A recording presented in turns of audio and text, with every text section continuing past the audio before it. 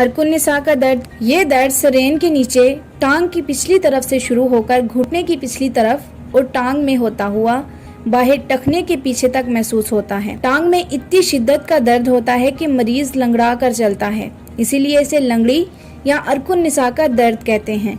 इसे रींगनी का दर्द भी कहा जाता है क्योंकि ये दर्द री असबाब के तहत भी लाहक होता है।